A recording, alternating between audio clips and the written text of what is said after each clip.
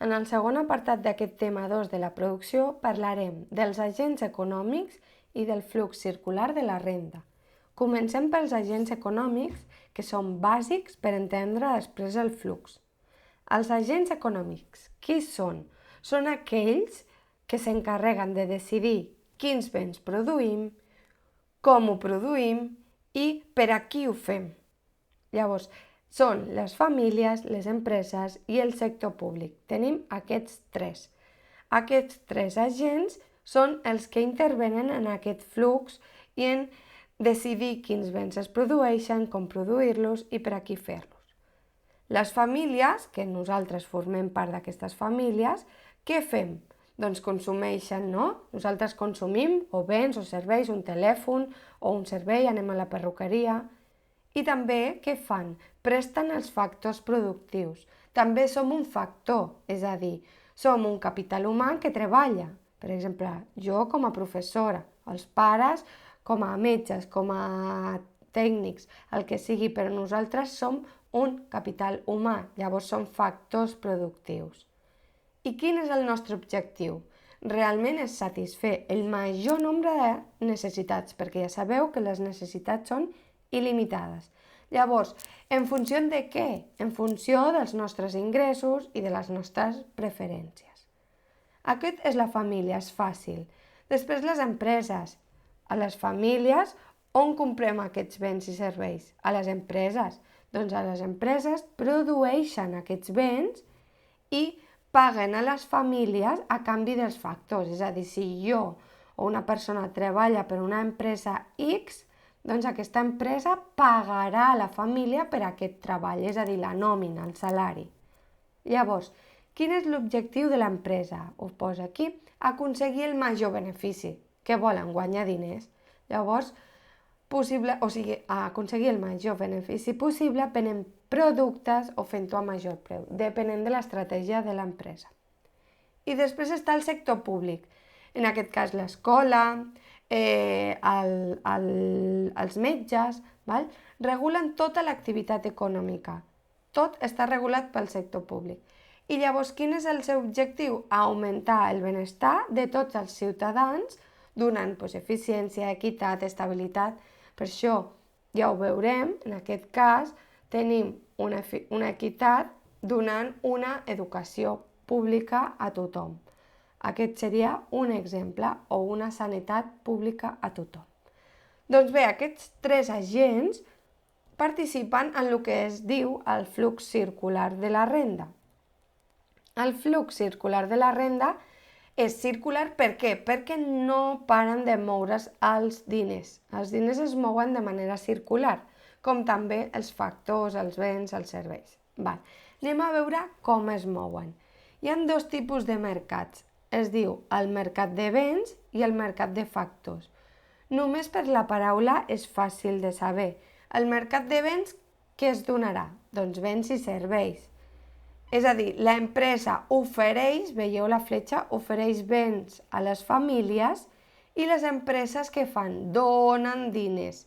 Aquesta fletxa continuada vermella vol dir que li donem i aquest és flux monetari, que està així en puntets. En canvi, el mercat de factors serà al revés. Qui són les que donen treball i capital i terra, és a dir, els factors productius? Ara som les famílies que donem aquest treball a l'empresa. I l'empresa què ens dona? Doncs un salari, o ens dona interessos, o ens dona un lloc on viure. Això depenent de les empreses.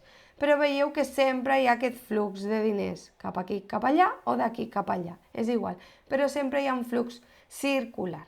Anem a veure el flux circular total. No us espanteu amb tantes fletxes. Realment, quan ho penseu, és molt senzill d'entendre. Anem a veure. Les famílies què fan? Les famílies donen factors productius. Ja hem dit que som un factors. A on? Al mercat de factors. Veieu que aquí en verd està el mercat de factors, el mercat de béns, tenim les famílies i les empreses que són els agents. Llavors, enmig està l'altre agent, que és l'Estat, el sector públic. Entre tots aquests agents i entre els dos mercats que hem dit que són factors i béns, es produeixen moviments. Quins són aquests moviments? Dos ja els hem dit. Les famílies donen factors productius i reben uns salaris.